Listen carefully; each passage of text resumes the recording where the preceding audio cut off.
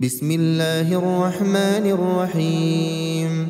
طه ما أنزلنا عليك القرآن لتشقى إلا تذكرة لمن يخشى تنزيلا ممن خلق الأرض والسماوات العلى الرحمن على العرش استوى له ما في السماوات وما في الأرض وما بينهما وما تحت الثرى وإن تجهر بالقول فإنه يعلم السر وأخفى الله لا إله إلا هو له الأسماء الحسنى.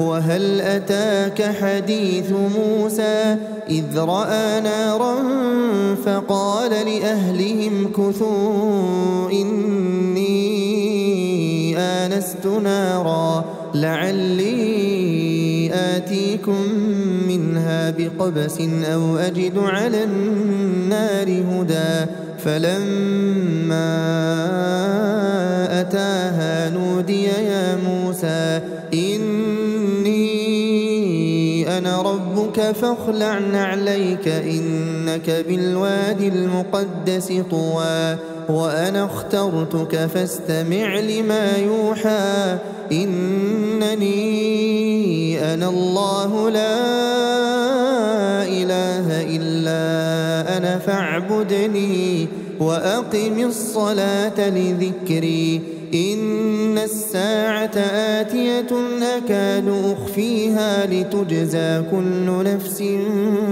بما تسعى فلا يصدنك عنها من لا يؤمن بها واتبع هواه فتردى وما تلك بيمينك يا موسى قال هي عصاي أتوكأ عليها وأهش بها على غنمي ولي فيها مآرب أخرى قال ألقها يا موسى فألقاها فإذا هي حية تسعى قال خذها ولا تخف سنعيدها سيرتها الأولى واضمم يدك إلى جناحك تخرج بيضاء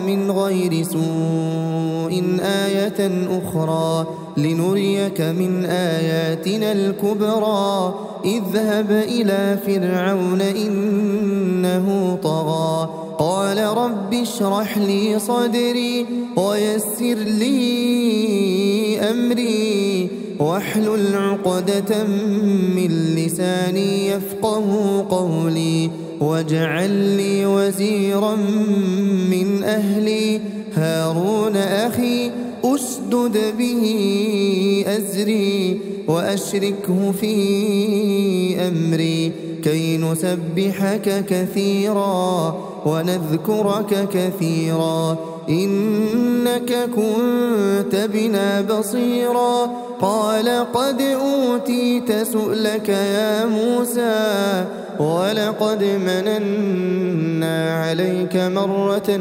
أخرى إذ أوحينا إلى أمك ما يوحى أن اقذفيه في التابوت فاقذفيه في اليم فليلقه اليم بالساحل يأخذه عدو لي وعدو له وألقيت عليك محبة مني ولتصنع على عيني إذ تمشي أختك فتقول هل أدلكم على من يكفله فرجعناك إلى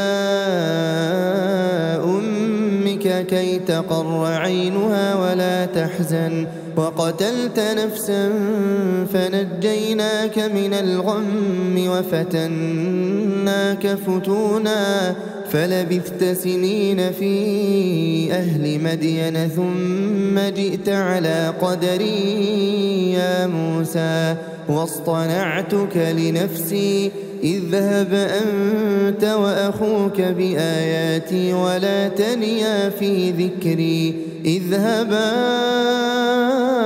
إلى فرعون إنه طغى فقولا له قولا لينا لعله يتذكر أو يخشى.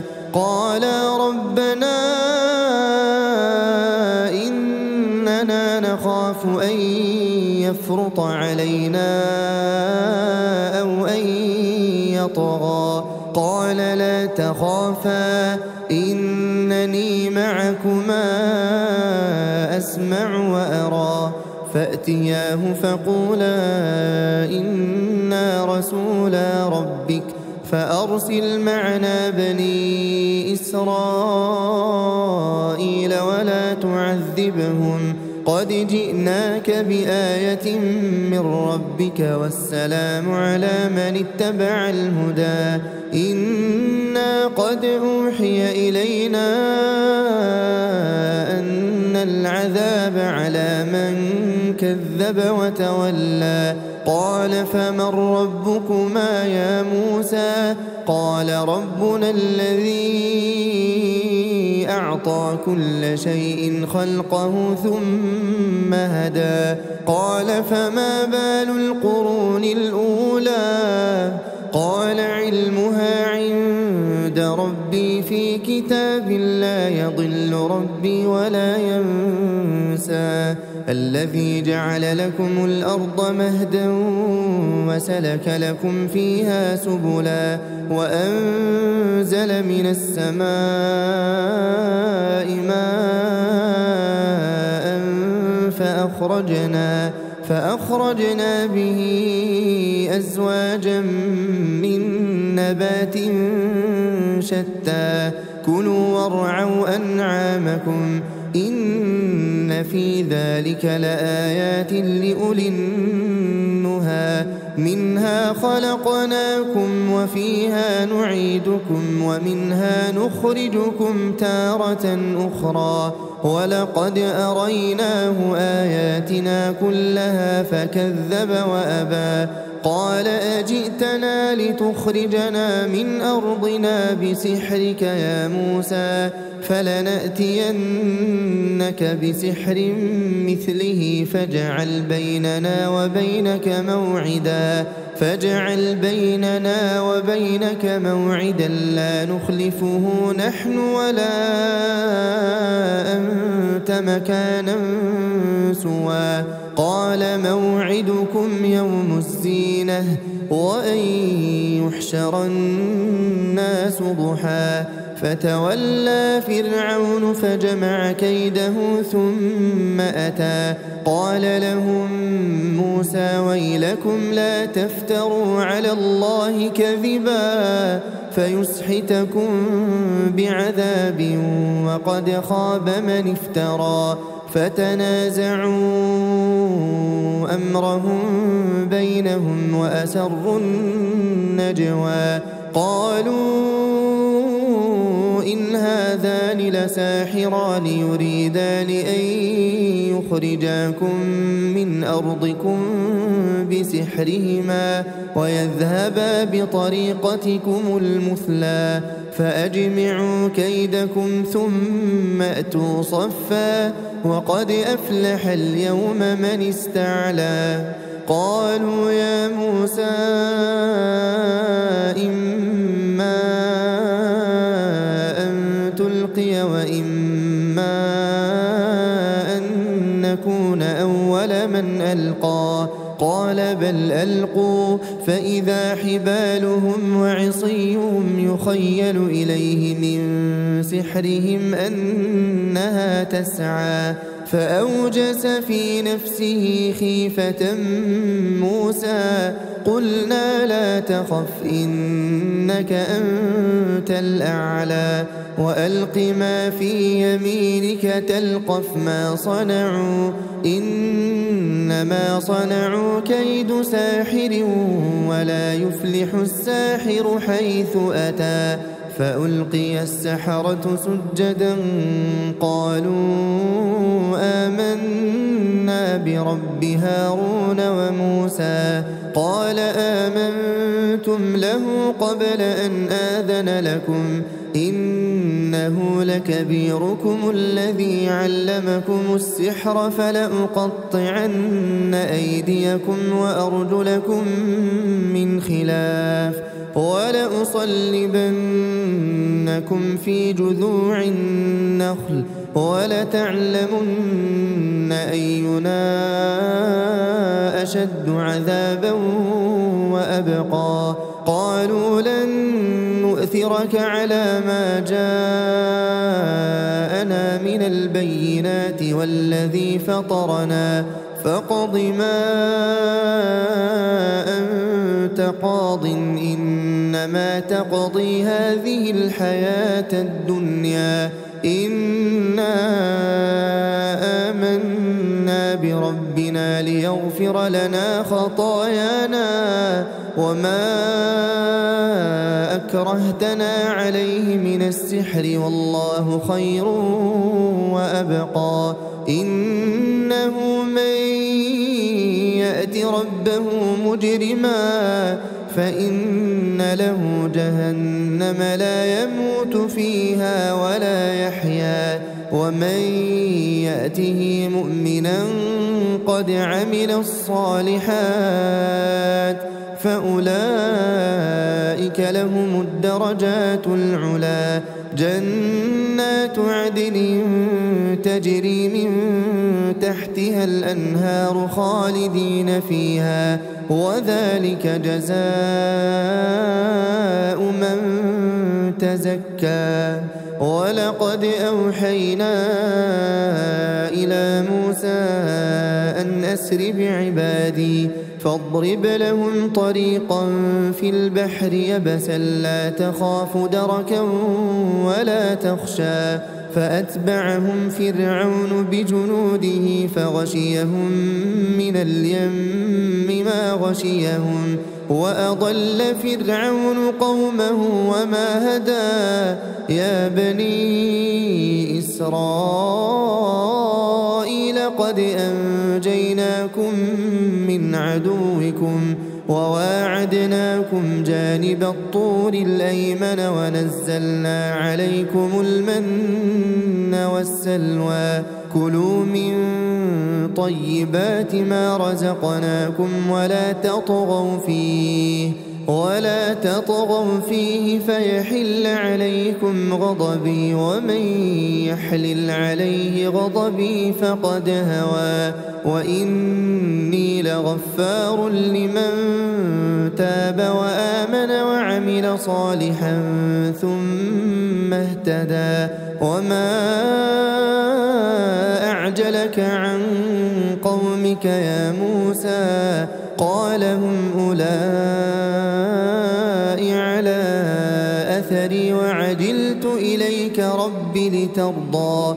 قال فإنا قد فتنا قومك من بعدك وأضلهم السامري. فرجع موسى إلى قومه غضبان أسفا قال يا قوم ألم يعدكم ربكم وعدا حسنا أفطال عليكم العهد أم أردتم أن يحل عليكم غضب من ربكم فأخلفتم موعدي.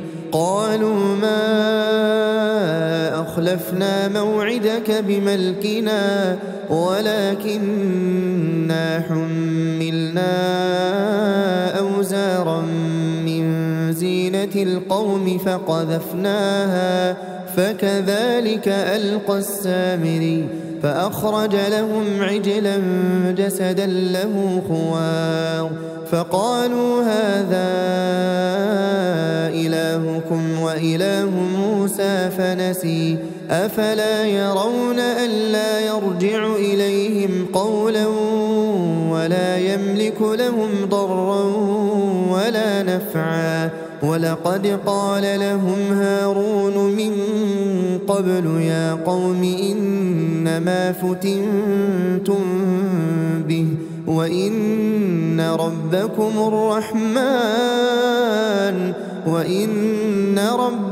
الرحمن فاتبعوني وأطيعوا أمري.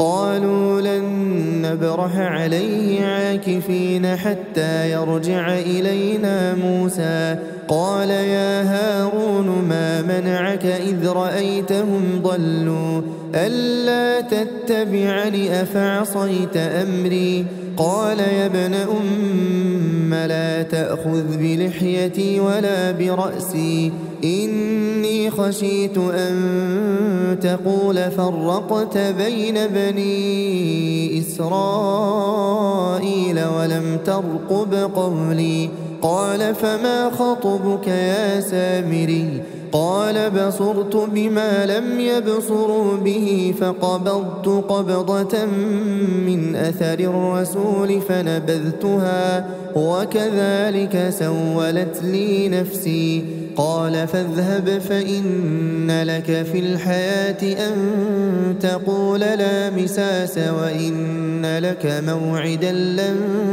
تخلفه وانظر إلى إلهك الذي ظلت عليه عاكفا لنحرقنه ثم لننسفنه في اليم نسفا إنما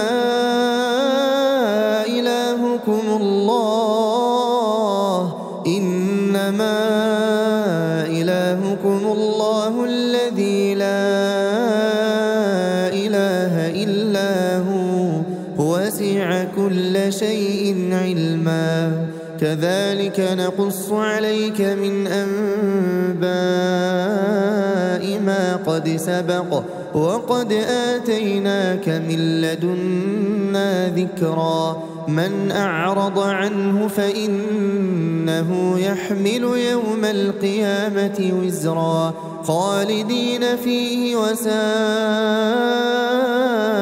لهم يوم القيامة حملا يوم ينفخ في الصور ونحشر المجرمين يومئذ زرقا يتخافتون بينهم إن لبثتم إلا عشرا نحن أعلم بما يقولون إذ يقول أمثلهم طريقة إن لبثتم إلا يوما ويسألونك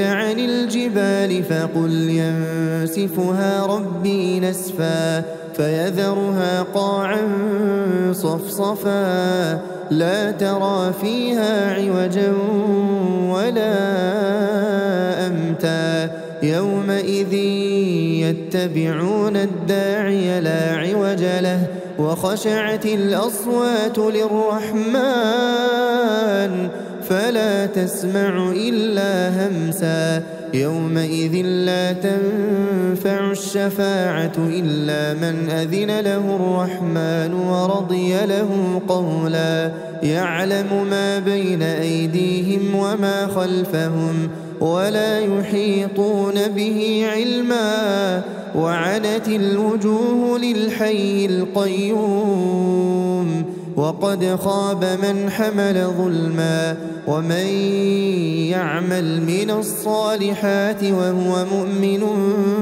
فلا يخاف ظلما ولا هضما وكذلك أنزلناه قرآنا عربيا وصرفنا فيه من الوعيد لعلهم يتقون أو يحدث لهم ذكرا فتعالى الله الملك الحق ولا تعجل بالقرآن من قبل أن يقضى إليك وحيه وقل رب زدني علما ولقد عهدنا إلى آدم من قبل فنسي ولم نجد له عزما وإذ قلنا للملائكة اسجدوا لآدم فسجدوا إلا إبليس أبى فقلنا يا آدم إن هذا عدو لك ولزوجك فلا يخرجنكما من الجنة فتشقى إن لك ألا تجوع فيها ولا تعرى وأنك لا تظمأ فيها ولا تضحى فوسوس إليه الشيطان قال يا آدم هل أدلك على شجرة الخلد وملك لا يبلى فأكلا منها فبدت لهما سوآتهما وطفقا يخصفان عليهما من ورق الجنة وعصى آدم ربه فغوى ثم اجتباه ربه فتاب عليه وهدى قال اهبطا منها جميعا بعضكم لبعض عدو فإما يأتينكم مني هدى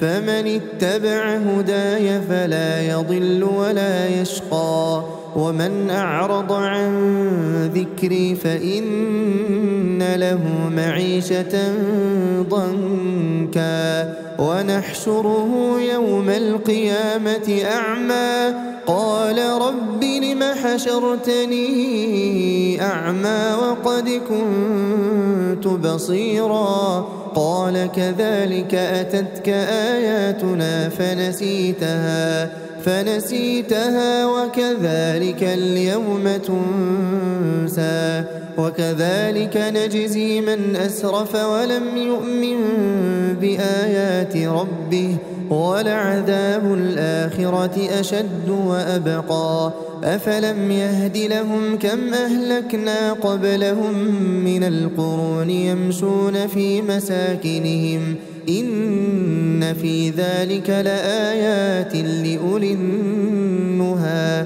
ولولا كلمة سبقت من ربك لكان لزاما وأجل مسمى فاصبر على ما يقولون وسبح بحمد ربك قبل طلوع الشمس وقبل غروبها ومن آناء الليل فسبح وأطراف النهار لعلك ترضى ولا تمدن عينيك إلى ما متعنا به أزواجا منهم زهرة الحياة الدنيا لنفتنهم فيه ورزق ربك خير وأبقى وأمر أهلك بالصلاة واصطبر عليها لا نسألك رزقا نحن نرزقك والعاقبة للتقوى وقالوا لولا يأتينا بآية من ربه أولم تأتهم بينة ما في الصحف الأولى ولو أنا أهلكناهم بعذاب من قبله لقالوا ربنا لولا أرسلت إلينا رسولا فنتبع آياتك من قبل أن نذل ونخزى قل كل متربص فتربصوا فستعلمون من أصحاب الصراط السوي ومن اهتدى.